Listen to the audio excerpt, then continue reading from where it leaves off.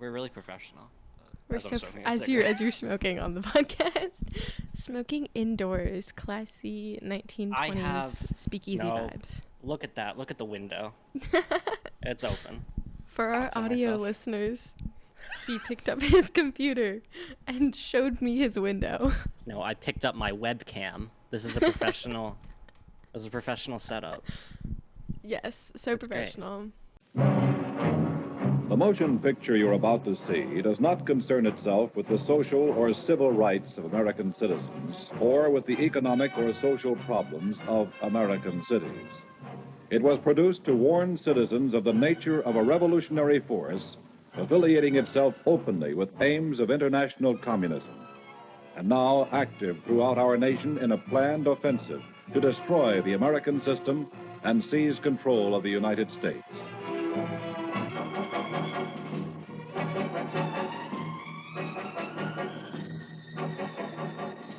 Yeah. I forgot to ask you, can I bedazzle my mic? Oh, of course. Oh, wonderful. I've been waiting. Yeah. That's gonna... Next episode, bedazzled mic. How do you bedazzle? Is it like hot glue? I mean, yeah, like some rhinestones are like, they're like stickers. You can just stick them on. I just have a bunch of cute stickers. So. I thought it was like hot glue and like you're going to bedazzle and it just goes through the wiring. It just melted. It destroys the mic. Yeah. But that's fine. Anyway, I guess we're in it. Welcome back. Truly Orwellian, episode 3. We're here. Party. We made it. The big 3. Big 3. We'll do a recap episode, our best of episode next week, of the 3 episodes we've done. Because we're in it. But yeah, how are you doing, Rachel? I'm doing okay. I have been last week I was all holed up writing my final for my Athenian democracy class. I wrote what I like to call my 14-page manifesto about why Athens was an oligarchy instead of a democracy. But now that's done. Thank God. It's over. So LOL, I pet sit a lot. I don't do it anymore. I had like a horror story from like winter break that was bad. Yeah. And so now I like limit my pet sitting. It's just for one person. It's my neighbor. She's got a little cat. I'm also allergic to cats, LOL. Yeah, aren't you very allergic to cats? Yeah. But I like money. So true. Because I was going to get a cat. And then you're like, well, then I can't come over. And I'm like, wow. Yeah. I mean, like, this cat's like, she's so easy. If I'm there for like 30 minutes just like feeding, like she doesn't like me. The cat doesn't like me, first off. Respect, yeah. So like I just go say hi to the cat, put food in her bowl, clean litter box, water plants, and out, like easy. Right. Easy. Then I just go shower and we're good. Oh yeah. So get all the cat hair away. But yeah. But this neighbor, she calls me up and she's like wants to go over a few things, like just change up whatever, some new instructions. She sits me down and she's a very nice lady. Mm-hmm. She's a little lonely, and so I do try to indulge her a little bit, talk to her. She starts asking me a bunch of questions. She starts asking me about my love life, like in depth. And I was like, girl, she's like, is he the one? How in depth we talking? Oh man. And I was like, that's a very awkward position to put me in, and I don't know how to answer that. And she goes, You're 20. Yeah, I'm 20, yeah. This is I should know how to answer. Oh yeah. She was like, I was 21 and my husband was 27 when we got married, so I think that's why we worked. And I went, great. So you're a victim, dog. That's pretty close. And then she's like, Rachel, are you being indoctrinated at school? And I was like, oh, no. And ironically, the only professor that I've ever had who wasn't like receptive to being challenged or was willing to like challenge me was that comparative politics professor. He was a Republican. Like, I didn't know what to tell her. And then she starts going on about pronouns. And she starts talking about a sermon that her pastor said where like he accidentally misgendered somebody at a grocery store. And the point of the sermon was like, don't assume anything about anybody. Went right over her head. Right. And she goes, I think these pronoun things are asinine. That's a big word. And I was like, okay. Yeah. Yes, man, no. No, ma'am. I don't know what there you are no say pronouns, there. actually. There are no It's pronouns. crazy how in, like, what, 2018, that's when we first created pronouns. It's crazy. Did nobody take a grammar class? Nobody took a grammar class, I don't think. Also, wasn't Jesus, or God, I didn't read the Bible, wasn't he, like, the first pronoun where we, like, capitalize him or he?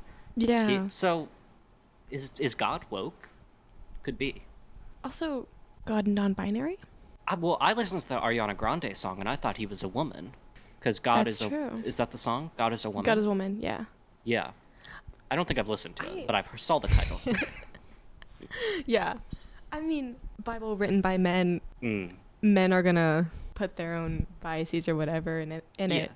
And I mean, as with anybody writing anything. And I think that's one of them. But whatever, what do I know? What do you know? just a Just a girl.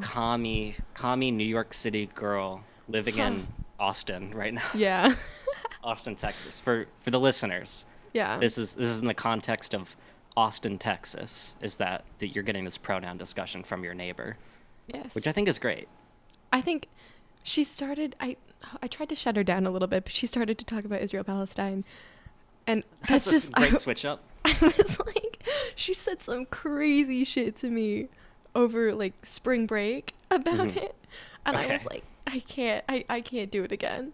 She kind of Yeah. sounds like a mentor in a way. You know, this older, lonely neighbor. She's guiding you through your She's life. trying. I was talking to my dad about it, and my dad was like, I don't know what her deal is. She's not your grandmother. What is she trying to do? Get involved with your life. And I was like, she's just fucking lonely and is very conservative, and I guess needs to yap to someone who isn't her cat. Yeah. And I mean, not that I would like to be yapped to about a lot of this stuff, but it's just unfortunate, and also unfortunate that she believes a lot of this shit.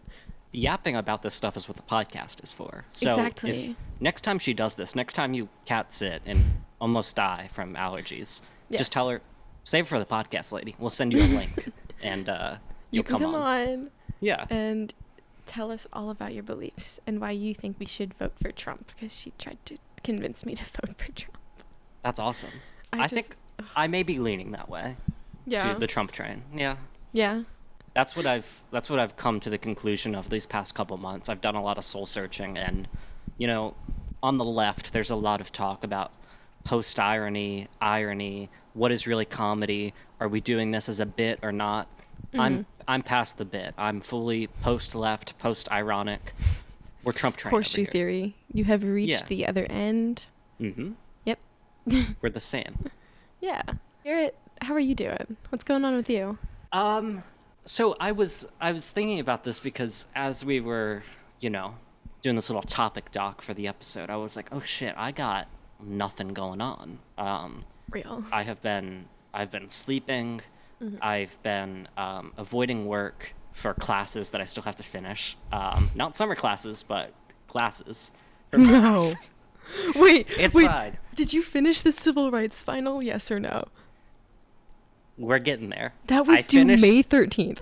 Well, in my mind, it's basically May. Okay. I finished the proposal for it, and he hasn't responded. Okay. So he doesn't work at Fordham anymore. That is a concern. Yeah, I do remember his last class when we were in person. He was saying like, "This is my last year at Fordham for the time being. It's been a pleasure."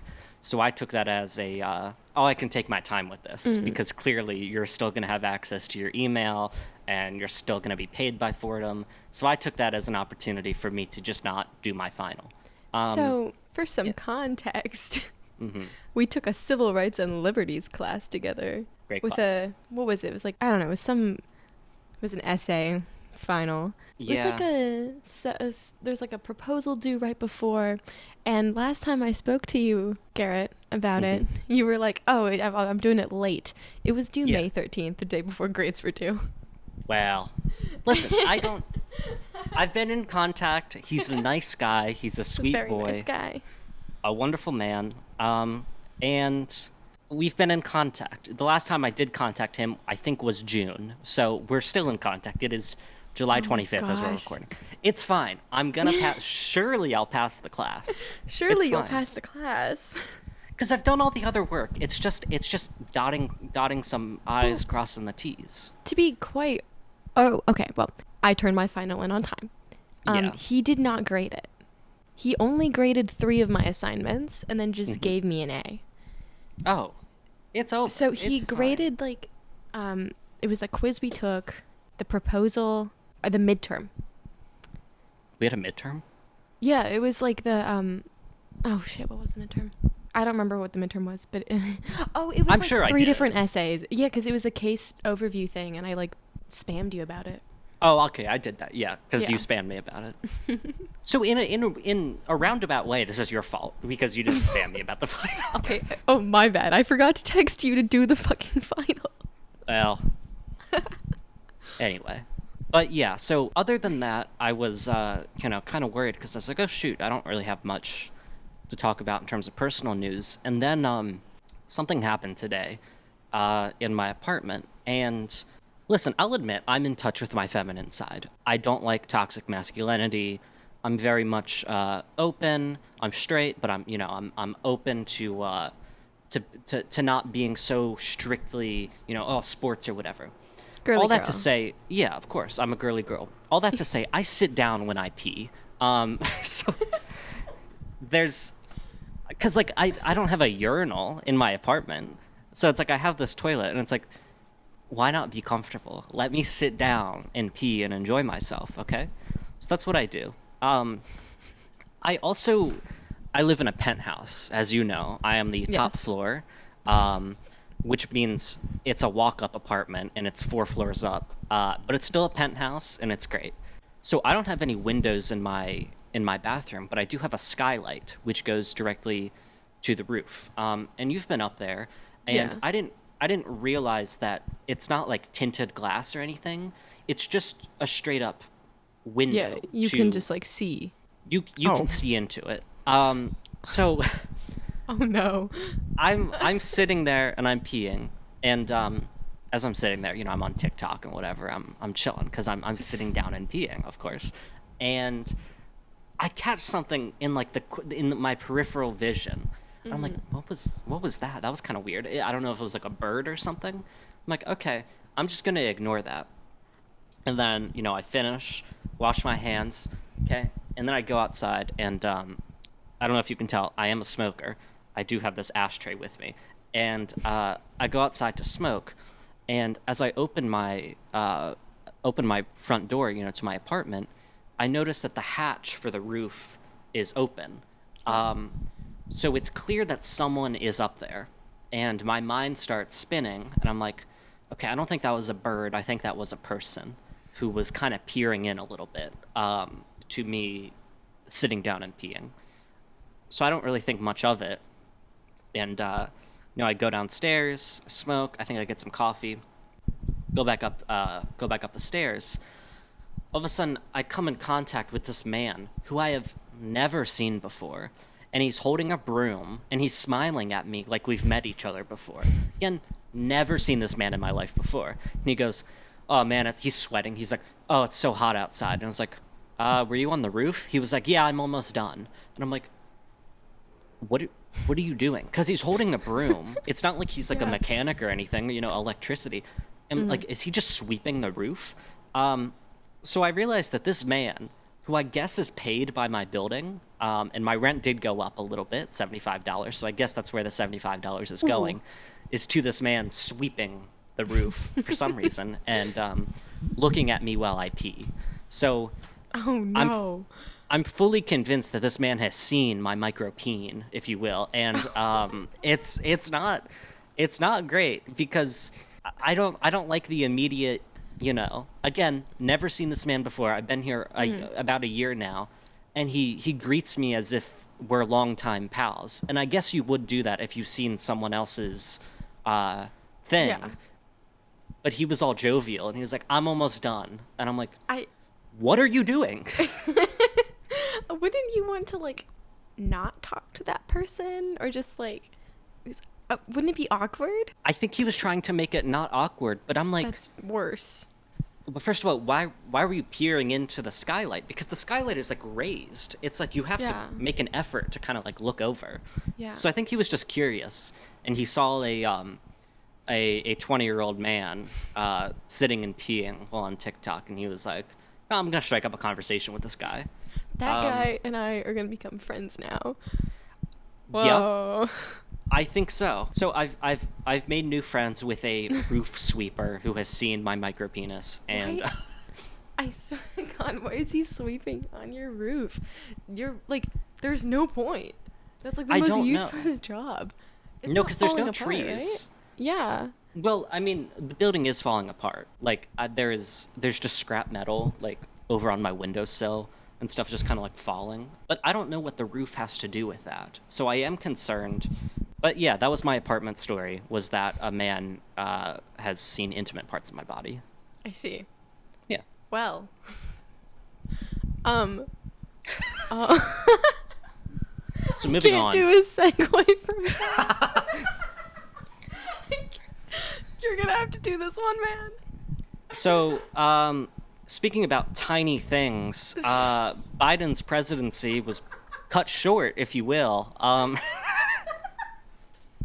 What the hell? Listen, we're trying to be professional here.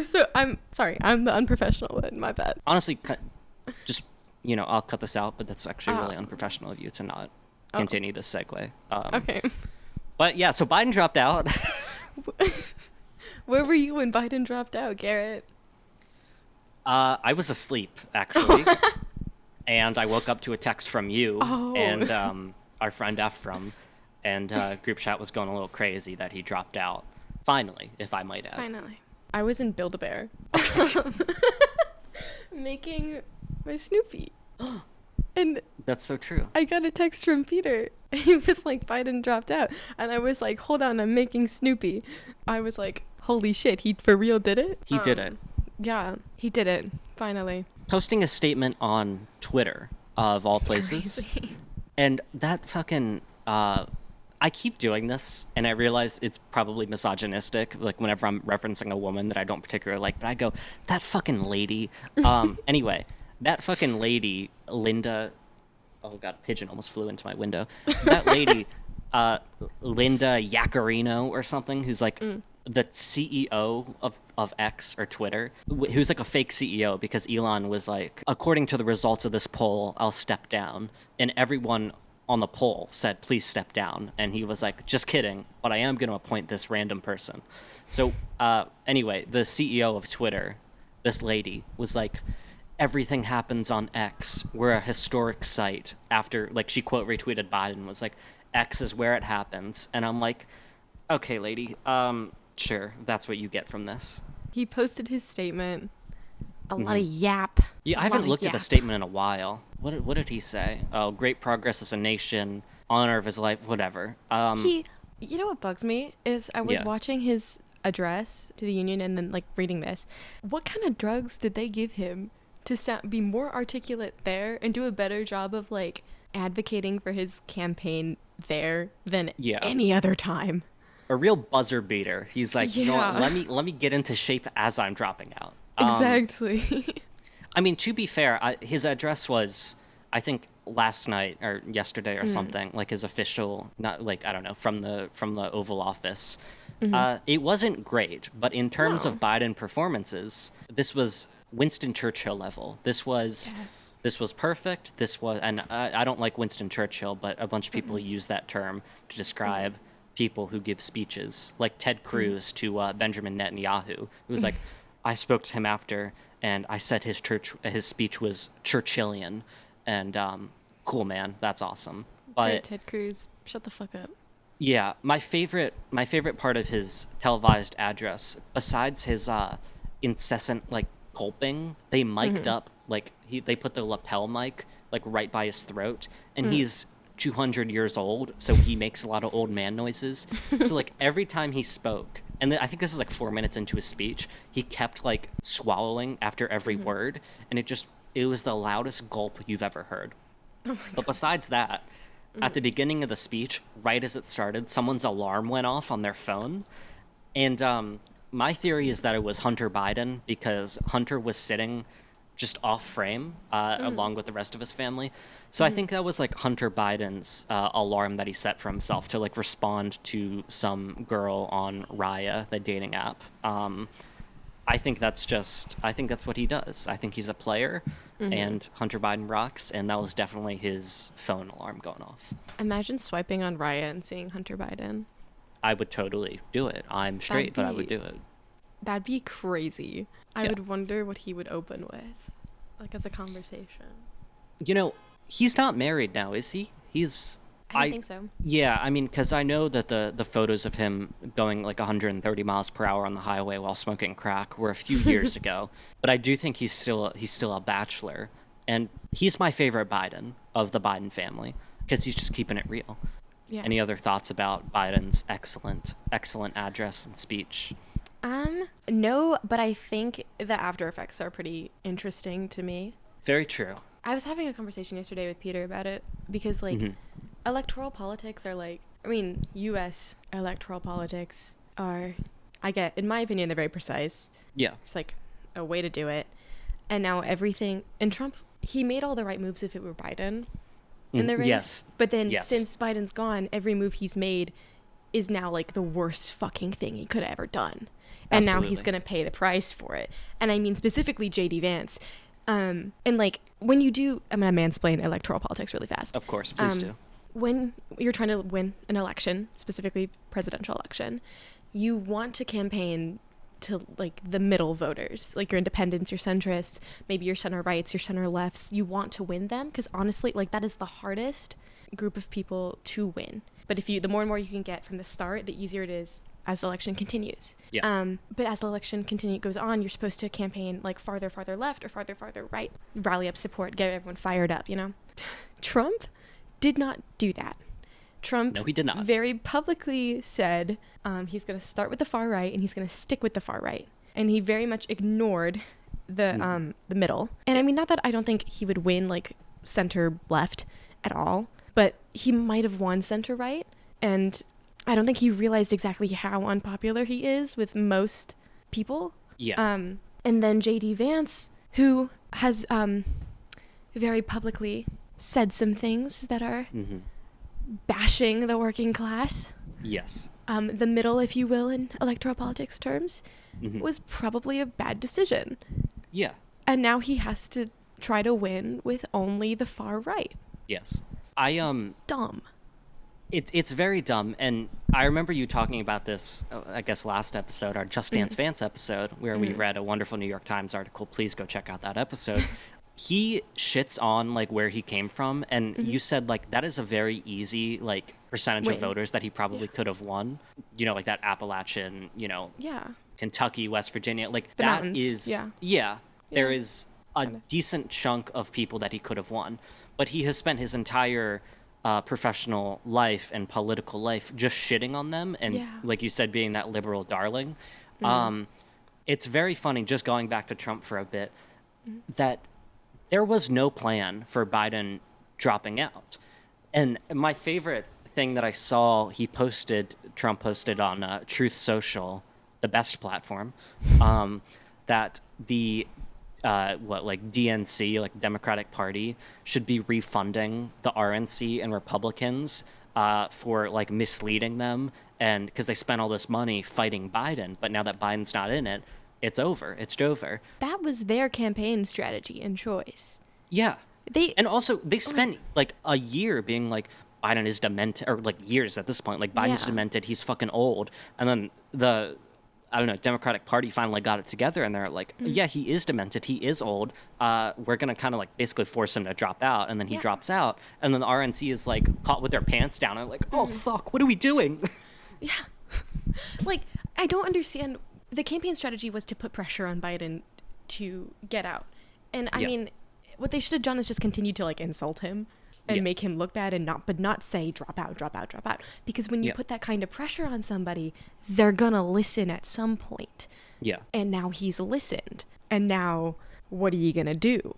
You've spent all of the money, all of the time shitting on Biden, and now it's not Biden. That person, the new person, whoever, has a leg up immediately. all those Let's Go Brandon shirts are immediately out the window. Someone tweeted that like small business owners, right-wing small business owners and t-shirt apparel makers are out millions of dollars from those Let's Go Brandon, Let's Lock Up Brandon shirts. Because guess what?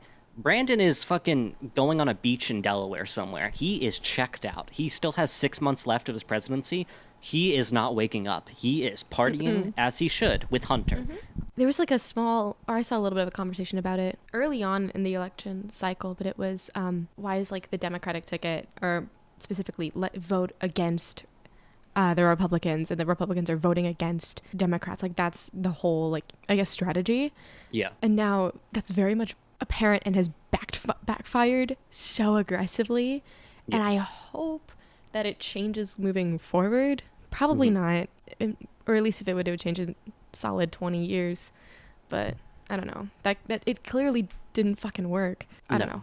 It's very funny because I have spent this entire podcast, like the duration of Truly Orwellian for the past 3 episodes, praising Donald Trump, who is our true leader, but he is losing the sauce. The entire Republican Party, like, did you see like all of his speeches ever since Kamala is now like their presumptive nominee? But I don't know, there could be some people coming in and not trying to have that happen. But ever since Kamala is basically assuming the role of like the next Democratic nominee, he has called her like 4 different names, like trying to kind of like rile up his base. Like they had like Crooked Joe or whatever, but then he's like Laughing Kamala and Lion Kamala, and it's like, bro, you don't have the sauce anymore. Like this is embarrassing. I guess a lot of people don't entirely know that much about her. Yeah. I didn't see much of her except for like any videos that you sent. I didn't hear that much about her. Yeah. And I would assume the focus was never on her. And so now you're just saying shit and people have no idea what you're saying. And like, that doesn't work. It worked for Biden because you could see Biden. You could listen to him talk. I mean, when they did wheel him out, because there was like a few month period where they would like keep him in a bunker, and I think that worked for them, honestly. Yeah. But yeah, I mean, and people have pointed this out, like Biden was supposed to be like, his whole thing in 2020 was like, I'm like the bridge candidate. Like, you elect me because I have the experience, but I have like a young VP. She's like 59, but like looks 40. Shout out Kamala. Would. And I would. And, you know, she was supposed to be like, I'll take over the reins in, 2024 now. And then for the longest time, they just forgot about Kamala. Like, I think Joe Biden doesn't like Kamala at all. And nobody really liked Kamala in 2020 because I think she lost her home state of California because she ran for president. That's how she became VP. And nobody liked her. But the Biden administration sent her out to do like these random like events for them in like, I think Guatemala. Like they would just send her out to random places to just keep her out of the public eye. And now she is essentially, the establishment Democrats are like, okay, yeah, she's the next nominee. And like you said, we don't really have a lot to go, like Republicans don't have a lot to go off of to attack her because nobody knows anything about her. I think it's really interesting. Moving on to actually JD Vance. And the polls about him being the least liked VP in like what years?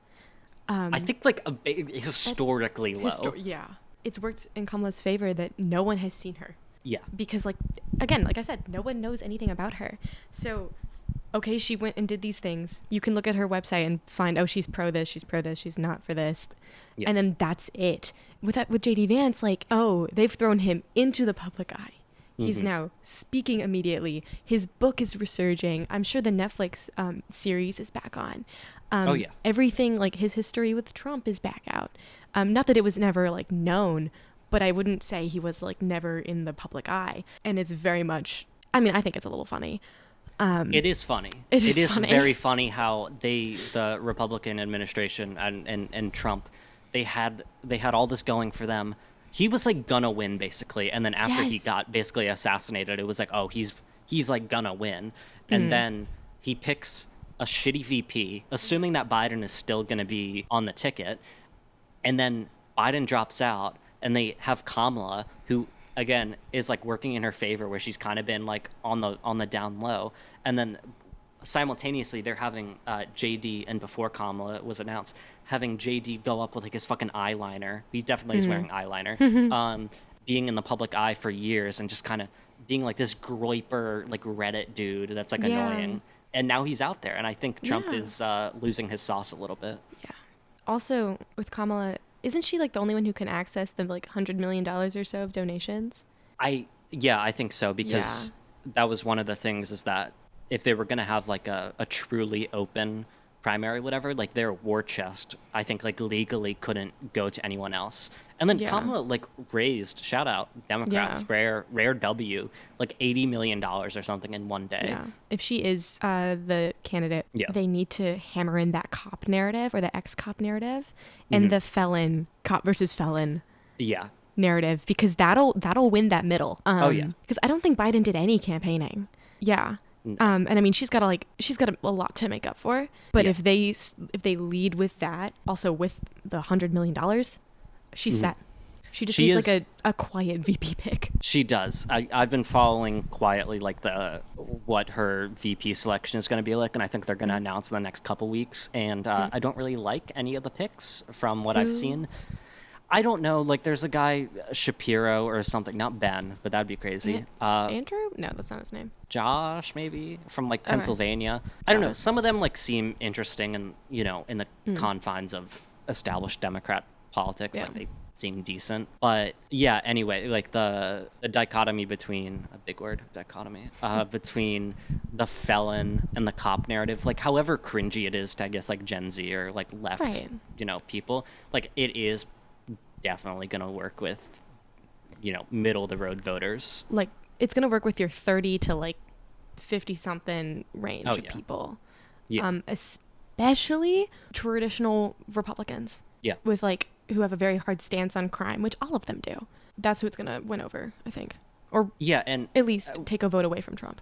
It's funny because like, I think the Trump campaign now is there because they're in the scramble period where they're like kind of coming at Kamala from like an anti-cop perspective. They're like, she was a cop or whatever, and it's like, you're supposed to be the law and order party, and now you're doing this shit. Aren't you guys pro-cop? Yeah, I don't know what they're doing. They're throwing everything at the wall and seeing what sticks, and nothing is sticking. Right. I did want to. This is a funny thing. Going back to Vance, if I may, is that I think, like we were saying, Trump is losing his sauce a little bit because he realizes just how fucking bad JD Vance is as a candidate. Like a genuine loser all around. The dumbest pick he could have made. Just a bad pick. Like politics aside, just bad. Just bad pick. Yeah, and some enterprising people went out and found his old blog from like 2005. Oh my God, yeah. And I did want to read an excerpt from one of his entries on it, if I am allowed, if that's okay with you. Go for it. Yeah, and before I do, and this may sound random, but trust. In 2004, Zach Braff and Natalie Portman, two wonderful actors, I've seen maybe one of each of their films, but whatever. They starred in a film called Garden State, which takes place in Jersey, the fake New York, and the synopsis is: a quietly troubled young man returns home for his mother's funeral, and after being estranged from his family for a decade. So that's a synopsis, okay? Okay. So now that we have this in mind, our future vice president, J.D. Vance, writes this. Okay, quote. This is from 2005. Quote, needless to say, it was a crappy day, and I hate airports, and yesterday was incredibly emotional for me. I honestly can say that I felt more like a female than I think I ever will, or have or will. Any thoughts about my family, a memory of Megan singing BANANAS in the back of the car, the card that my little cousins made for me, or whatever made me tear up. I couldn't watch Garden State because New Jersey's landscape is much like Ohio's. The music is so relevant to my life right now, and the story of a guy returning home, realizing that home isn't what it used to be, etc., made me want to tear up. It goes on a little bit more. But the key takeaway there is that Vance felt like a woman because he was emotional about returning home, a place which he would later write an entire book and movie, which I just watched, by the way, that shits on literally every aspect of his upbringing. So that was a fun little excerpt. I am at a loss for words, to be so honest. Yeah. I read it before we filmed. Yes. And I didn't understand. I was so confused. I was like, what does he mean? Mm-hmm. I feel like a female. I was like, that's Yeah. such Reddit language, but okay. Oh, yeah, What do the you female mean, is sir? crazy. The female is crazy. 2005. Like, what? Incel Yeah. who? And then now when you put it in context of a movie, oh my God. Yeah. I think Bro. maybe he's a little bit concerned about what, these emotions that are stirring up. Right. He's at this time he's like, I think early 20s or something. Yeah. And he's a Marine or whatever. He's in the Army. I think he only ended up doing like desk work. He didn't actually see combat. But yeah, he's portraying this tough guy persona or fursona. And on his blog, all the meantime, he's like, I felt like a woman. Like, I can't watch this movie because it makes me emotional. Reminds me of Home, which I hate, by the way, and will become a multimillionaire shitting on. there's so much to unpack there. Yeah. What the hell? We gotta love it. Sure. Yeah. Yeah. And just contrasting that with Kamala, who for, years at this point has just been like zanned up and is like coconut tree or whatever. And to have this unearthed is my a God. great contrast. I would love to see them debate. Because I saw, what was it? It was some, it was like a congressional hearing or something, I think. She kind of ate. She was like cooking some politician. I don't remember all the context. When she was like, can you name one law that's like restricting a medical whatever on a man's body? And then he just embarrassed himself for like 5 minutes trying to be like, the vasectomies. And then she was like, no. She kind of ate. Like, so true. We men are forced to get vasectomies. It Yes. is very true. It is sad because I was hoping for a Vance Kamala debate, but now if Kamala is going to be the presidential nominee, oh fuck, she's gonna yeah. now she's gonna have to Vance is gonna have to debate some fucking white loser from like I don't know Pennsylvania or Kentucky. Yeah, We love it, folks, don't we? We love it. we love it. Okay, you need to explain to me this American Communist Party crypto scam, please. Okay. This is a quick one, but I wanted to touch on this briefly and inform our listeners that there is an exciting new opportunity for leftists in the United States to show that they are truly committed to the communist cause, and that is by joining the newly formed American Communist Party. That's right. We have a new Communist Party in the United States. This organization popped up on Twitter like this week, basically. I think like July 21st. I was actually about to ask about that because Yeah. I clicked through to Twitter and I went, "Is this new, or It's has this been very new. around?" Oh Nope. wow, okay. Because we had like a communist party in the United States, and it was kind of like thriving for several decades, at least to my knowledge. And then that kind of went away. So now, thank God for us, true leftists and communists, we have these people building a true communist organization from the ground up. Twitter. Yep. So again, it popped up on Twitter this week, and it was founded by one guy named Haz, who I don't know much about, and this other dude, Jackson Hinkle. And I recognized the latter name because this dude is perhaps the most annoying grifter, going from like fake liberal bullshit, but is just a full-on right-winger the entire time. He is a proponent of MAGA communism, Make America Great Again communism, which does not make sense. Yeah, let that sink in. Those are two opposing things. That's an oxymoron. What? You have because a fascist sentiment, Make America Great Again, and Yes. communism are incredibly aligned. They are one and the same. Yes. Yes. If you think it's an oxymoron, sorry, Rachel, you might Oh. just not have the brain capacity to understand this true leftist genius. And speaking of Trump,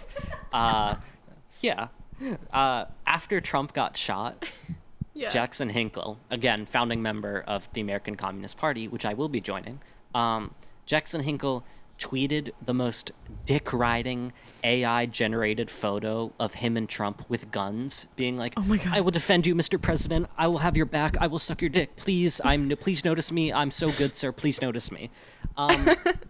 So clearly this is the man we need leading a new leftist revolution in this country. Right. Yeah. And in true leftist fashion, I think it would start on Twitter 100%. It would start on Twitter or X. Excuse me, X. It'll always be Twitter in my eyes. It's always going to be Twitter, but when an organization like the American Communist, whatever it's called, American Communist Party pops up, we're going to call it by its true patriot name, X. X, okay. So what's the crypto scam part? So this is perhaps the wonderful turning point, because if that was not convincing enough for you, everything I just said, there is allegedly a new crypto meme coin themed after the American Communist Party, which you can purchase right now. I believe the market cap is over $400,000, like total. So this is really important. Any true leftist organization is definitely going to have a meme cryptocurrency attached, because cryptocurrency is the true working man's currency. Right. Okay, what the fuck? Well, here's the thing. This is the other turning point, is that I must be careful in saying this, because anyone who posts about the cryptocurrency is receiving a cease and desist letter. Oh, no. Because the American Communist Party, Jackson Hinkle and co., are saying that they are absolutely, definitely not affiliated with it whatsoever, and it is incredibly defamatory to say so. And with the reputation that they have, I must say I wholeheartely believe them, and will be signing up and donating all my money directly to the party instead of this fake crypto bullshit. It's a psyop by the CIA trying to dismantle this true grassroots organization. But it could also be real. Just saying. If I speak on this, I'm going to receive a cease and desist letter. But that'd be so good for the podcast. So it would actually be so funny. I don't understand the point of like a crypto scam at all. This whole fucking thing is so stupid now that you've explained it. Yeah. It's the dichotomy of like, let's start an American Communist Party on X. Yes. But I'm gonna dick ride so hard for MAGA, and at the same time appeal to all the crypto bros. Yes. There's so much there, and none of it makes any sense or aligns in the slightest. Yes. Huh? None of it makes sense to the average normie, Rachel. Oh. You gotta be locked into Jackson Hinkle, who is a man who has apparently for years been on the cryptocurrency wave. But no, this American Communist coin is definitely not theirs. It's not theirs. It's not legally theirs at all. It is not theirs. It's not saying theirs. it is not theirs. I was mistaken. Not theirs. We were both mistaken. It is not theirs. Yes. I thought we as a society moved past crypto, to be so honest, and NFTs and all that shit, because I thought we all realized when we went broke that no, we shouldn't do that. But what do I know? Apparently not. On Twitter, I think it is still a smaller but thriving community. It was okay. This is like years ago. There was like a crypto convention in Florida at the same time as the fucking Jake Paul fight versus that like famous boxer. I think I can't. Is it I can't remember Mayweather? his name. Yes. Yeah. It was at the same time, and there's like a podcast episode of the original Fear and shout out. With Andrew Callahan, and they're talking about how they ran into this kid who's like, I spent my life savings to be here, but like no, like I know the secret with this, and it cost him like hundreds of thousands of dollars to like be there, and then all these coins just like fail. Yeah. And this kid, like this like child, has no money now, and all these people, no money. No money. Fuck? The crypto wave of like, you know, when COVID was popping off early 2020 and stuff, and like everyone lost their minds of the pandemic. The pump and dump schemes that emerged and are now still quietly going on, but aren't covered by the mainstream because everyone's kind of tired of it. Yeah. Are really, really fascinating to me. And I must admit, and I've shared this story privately before, but I did use cryptocurrency one time, and I used Bitcoin, which is supposedly the legit one, but and this is a crime that I'm about to admit, but it's fake. This is a fake. I'm doing it. It's a fake story for the podcast. Just clarification. I didn't actually do this. I'm not committing a crime. Alleged fake. Yeah. Yeah, but allegedly in Minecraft in a game, I wanted to buy a falsified document that misrepresented my age, allegedly, so I could get things, in New York and elsewhere, like alcohol, let's say. Because at this time, allegedly, I was just a baby boy. And allegedly, I thought that it would make the most sense because, and to my credit, I'm anti-crypto, and I was anti-crypto at this point, but you got like a 15% discount if you paid with Bitcoin. Bro got suckered in by the discount. I was suckered in by the discount. Allegedly. Allegedly. And I allegedly bought the exact amount of, percentage of Bitcoin that I needed to complete the transaction. I forgot that Bitcoin fluctuates. It is not, all currency fluctuates, but it's not like, with an American dollar, you're about to buy a piece of gum and they're like, actually it went up by like $3 or something. Bitcoin does very rapidly. So in the time that I allegedly bought the Bitcoin to complete this transaction, it was not enough. So I had to buy more. And then all of a sudden it was too much. And I was like, well, I don't want to hold on to this. So I was in a constant war of buying and selling small amounts of Bitcoin so I could allegedly buy this falsified identification document.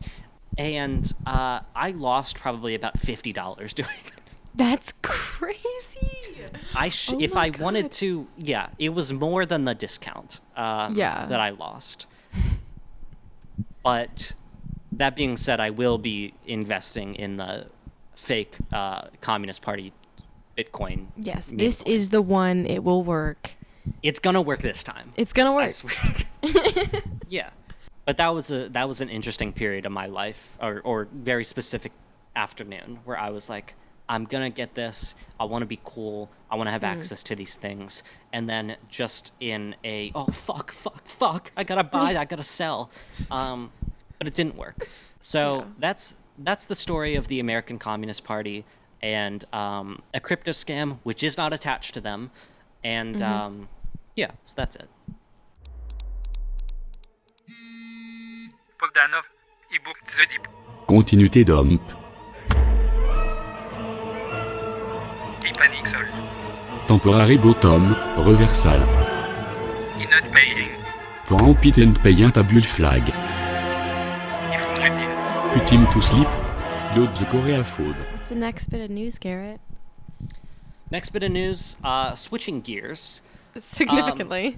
But not really, because like the fakeness of crypto, the next story is about Israel. So Netanyahu visited Congress.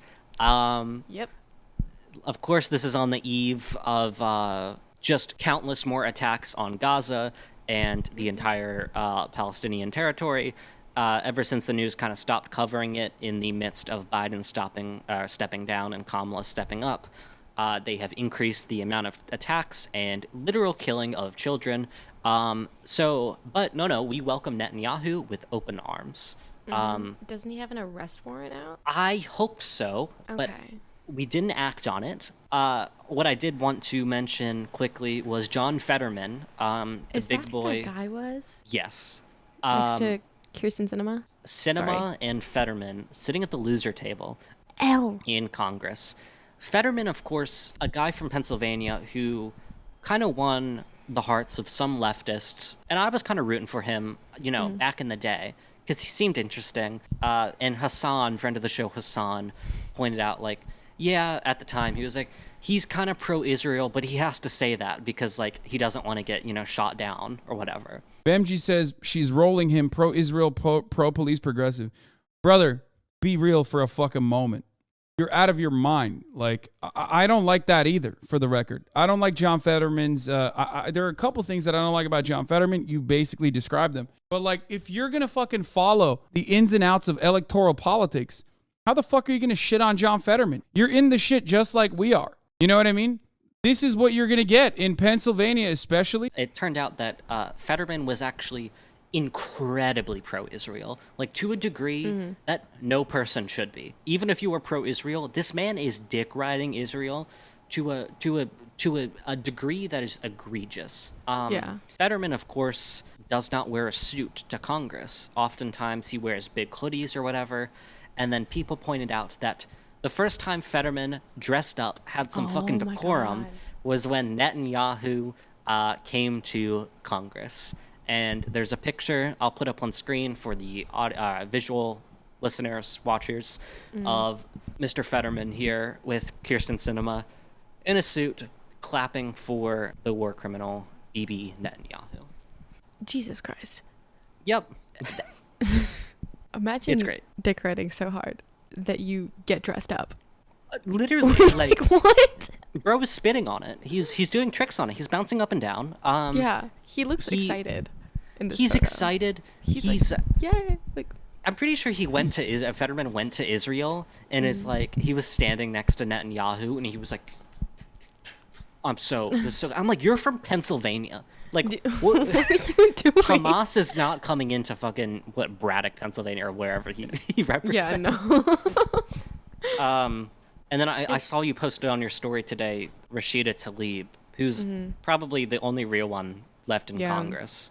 No, I just saw a photo earlier today where it was like 1930s, like a Nazi gathering, and it's just everyone cheering for Hitler except one person, and I was like, Jesus Christ, oh my God, 1930s all over again. Yeah.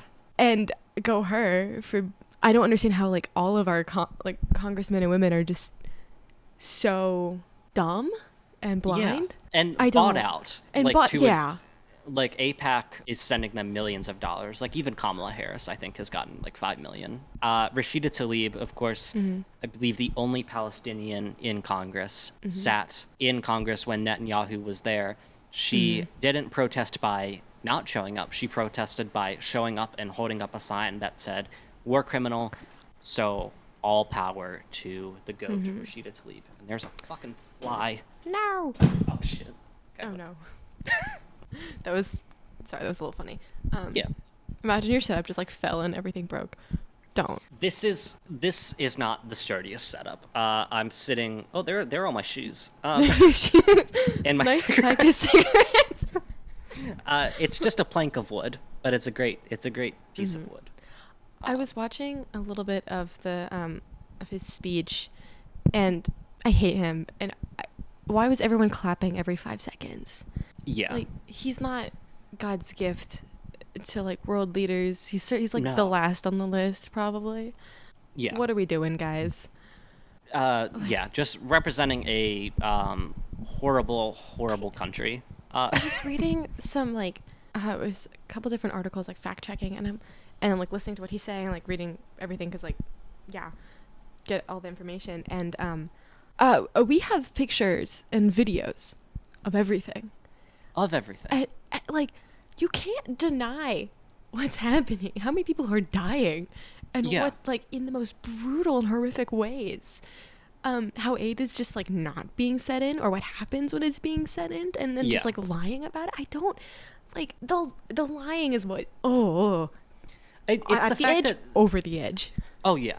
They lie about it, but then they like publicize, or like maybe things get leaked from like IDF soldiers' phones or whatever, where they're like, they fucking kill or wipe out an entire family, young children including you know, the children and the mom, and then they're wearing like the mom's like underwear or whatever, and they're like, oh fucking look at me, I'm wearing, you know, a fucking bra of this Palestinian mother that I fucking brutally murdered along with her entire family. And I'm like, yep, everyone in Congress is going to stand up and cheer for him and be like, oh, we love Netanyahu. Even though, and correct me if I'm wrong, because I didn't watch his speech, but I'm pretty sure his entire speech was like, if you're an American and protesting against Israel, you should be ashamed of yourself. I'm like...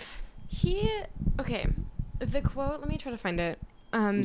So I have it up. Netanyahu said that the U.S. Director of National Intelligence recently revealed that Iran is funding and promoting anti-Israel protests in America. He's dumb, is what I'm saying. Yeah. And lied about anti-war protesters being funded by Iran. Yeah. And that's the stance he took. So many fucking Israeli politicians and spokespeople just coming on American television shows and being like, we must support Israel as we're killing people. Yeah, the whole thing is like him basically like defending himself. Yeah. And talking like we must bring the hostages home as you kill how many hundreds of people. Also, what's the proportion of hostages, like Israeli hostages versus Palestinian hostages and murdered Palestinians? minimum 8% of the population of Palestine has been murdered. Yeah. And those numbers are much higher. Oh, yeah, at least a bare minimum. Yeah. I know that I guess November, December, whatever, maybe January, they're like, there's 100 Israeli hostages in Hamas, that Hamas captured. And I'm like, maybe there are, but also I did watch like months and months ago, and I get that this is like, if you're gonna shit on it for Hamas propaganda, but this was very funny. Is that there is a video of these Israeli hostages under Hamas control, and then Hamas releasing them, and then like the Israelis are like hugging the Hamas people, and they're like, they were fucking great to us. Like, I don't know what everyone's saying. Like, they were respectful. They gave us medical care. Oh my god. It's just that in the context of like, we must bring them home. They are being brutalized or whatever. And I am not saying that they are not, because again, this is a propagandistic video or whatever from months ago. Still, it's funny, and the ratio is completely off if you're going to demand billions of dollars from the U.S., but the reality is much different.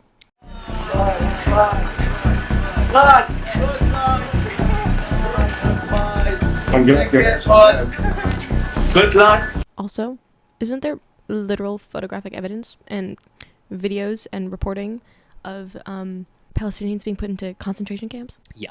In Palestine? Or not in Palestine, Israel? Yeah. I mean, what Israel controls what? literally everything, and they're building concentration camps. And I get, this has been said, since October. It is like the largest open air prison, Palestine, and it's fucking just disgusting. There's this like video that Al Jazeera put out about like the camps and people taken hostage, or Palestinians taken, and it's so sad. It's It's awful, and like the people talking about it, oh my god, it's terrible. Yeah. And I don't understand how someone can like look at this and like see evidence and hear people talking about it and then just go no. Yeah.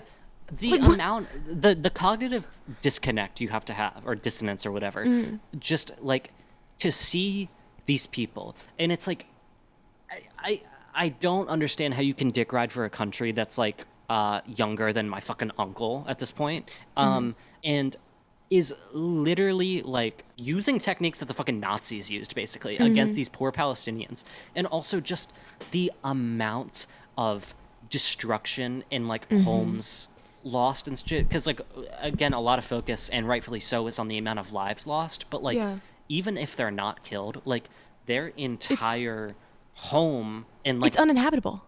Yeah, you can't live there, and it's like these people have built this up, from whatever small amount of money they can actually get, whatever small amount of territory they have that fucking that Israel lets them have back or whatever.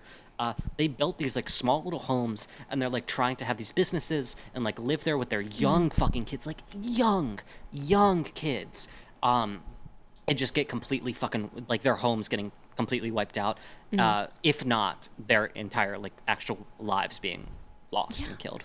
I am terrible with numbers. There was a study that was like just released. It takes I want to say it's definitely over 15 years to rebuild all of Palestine. It might be like 30.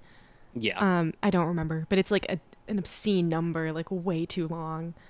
And the thing is like we're not even we're like probably never going to start. And if we say we dropped everything and we're like, we must reconsider our relationship with Israel, we must rebuild Palestine today, 15 fucking years for the amount, like the tens of thousands, I don't know, probably up to 100,000 at this point, lives lost of Palestinians, and we're just going to rebuild, and it's going to take 15 fucking years if that's true. That doesn't even include the destruction done to the land and how the earth and nature itself, how much time that takes to like rebuild, and not rebuild, but I guess like grow.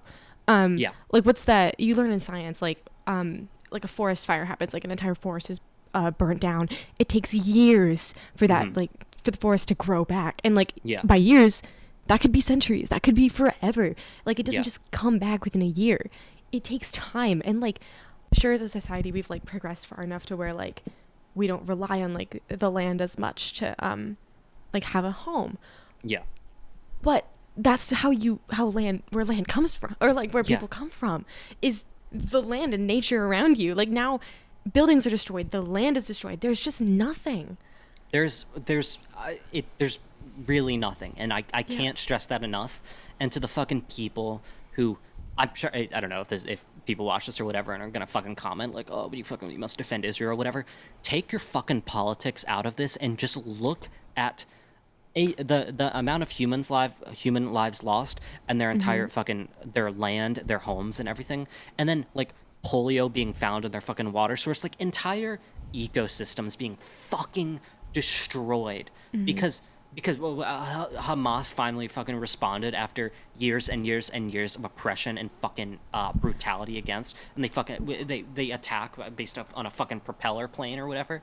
Like that's, and we as the United States are gonna fucking welcome Bibi Netanyahu with open arms and give him billions of dollars and not fucking stand up to him. It's I don't know. This has been going on since like the early 1900s. Like laws were rewritten and ignored so that Palestine could be taken over under British colonialism. Also like international laws too. They found like loopholes in every single thing to allow Palestine to be taken over by Israel. Even when the British like pulled out, they backed it and just like let people die. Because this is not like, this didn't just start like 2023. People have been dying for years for colonialism. I don't get it. I don't know. People want to claim like, oh, America first, or whatever. If you're a Republican or you're fucking right wing, but if like if you're American fucking first, and we're sending billions of dollars to this genocidal fucking country, it pisses me off to no degree. Like, I fully believe that we should never be involved in any sort of world affair. For like, period. I mean, there are probably exceptions, but not that many at all. Our infrastructure falling apart. It was built to be bad because the country is so fucking big. How about fixing our planes and what the hell was going on there? Because what the fuck just happened last weekend? Global outage. Why don't we put some money? Healthcare.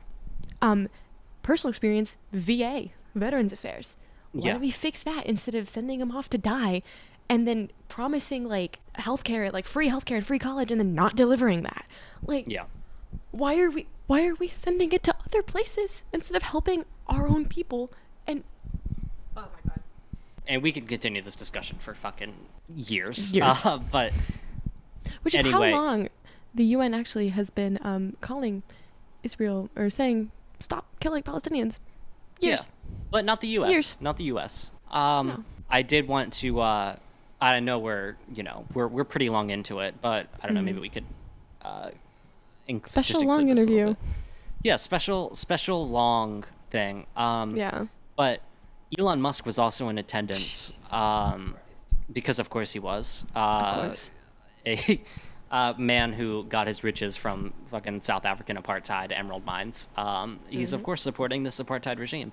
Anyway, this is not about Elon Musk at Congress, but he did do an interview with Jordan Peterson, who is my two favorite people ever. Yeah. And let's go. I saw these clips on Twitter, and I wanted to find the full interview, so I signed up for a free Daily Wire Plus account. Oh my god, which was one of the lowest points in my life. And there's got to be some illegal way to get this shit, not... I hope so. I tried to search around. I didn't pay for it. I didn't insert credit card information. I used a fake name and a fake email. But it was probably the worst interview I've ever seen. I had to watch it in 2x speed, and even then, absolutely nothing was fucking said. It's over 2 hours long, and I got an hour into it, and Jordan Peterson is just a fucking awful interviewer. Politics aside, the craftsmanship of his fucking questions is one of the most deranged, scatterbrained collection of incomplete thoughts I have ever seen. But a few takeaways before I clicked off was Jordan Peterson is using AI to write his new book. He is training a language model on his voice so he can use it to interpret Bible passages, which is wonderful. So everyone be on the lookout for this bestseller hitting shelves later in the year. I'd love to see AI write a book. Not to, okay, I'm going to call you out a little bit. Yeah. In our science class, fall semester, we would have like these little labs, and I don't think either of us are very good at science. No. No. And I would text Garrett like, hey, help. Like, did you understand this question? And then he'd send back some chat GPT ass paragraph that I would read and go, this is incoherent. And then It doesn't make sense, and it's wrong. It's just wrong. It's not even, it's just incorrect. Yes. So I'd love to see this with a book, is what I'm saying. Yes. To clarify, I didn't assume the chat GPT answers were correct. I did it partially as a bit. It was funny. It's funny. Okay, you gotta admit, using very chat funny. GPT for hard science is wonderful. And another part of this interview was Elon Musk said he had like an injury from fighting someone, like an MMA thing, like, so already an L. Yeah. But Peterson suggests to fix his injury, because Musk was like, yeah, I'm probably going to need surgery and all this stuff. But Jordan Peterson, fear not for the surgery. He steps in and he says, you should try the carnivore diet. Stop. Yep. So, Rachel, you're a vegetarian, right? I am a vegetarian. The carnivore diet is just incredibly unhealthy, first off. Yeah. And two, that's so gross. Oh, yeah. Ew. I don't even know like what to say. Like I don't, your body can't handle that. No, strictly meat. Like that makes me want to puke, to be so honest. Like that's disgusting. Ew. Yeah. He was like, Jordan Peterson was like, my wife had a serious illness, but she became a carnivore and it all went away. And I feel like you would have that's the more reason. illnesses if you started the carnivore diet. I'm pretty sure people have died from the carnivore diet. I'd imagine so. Yeah, it's not Okay. great. But No. Rachel, I encourage you to watch this interview and reconsider your woke agenda with vegetarianism. My bad. I will go back to supporting the meat industry Yes. after watching Strictly this. the meat industry, no Strictly other the industry. no other industry. I don't like to talk about this much because it's so bloody radical and, I don't like to propagate it, but this diet seems to have stopped all of that. I don't have psoriasis. All of the patches have gone. Yeah. My gum disease, which is incurable, I had multiple surgeries to deal with it, is completely gone. Took 3 years. My right eye, which was quite cloudy, is cleared up completely.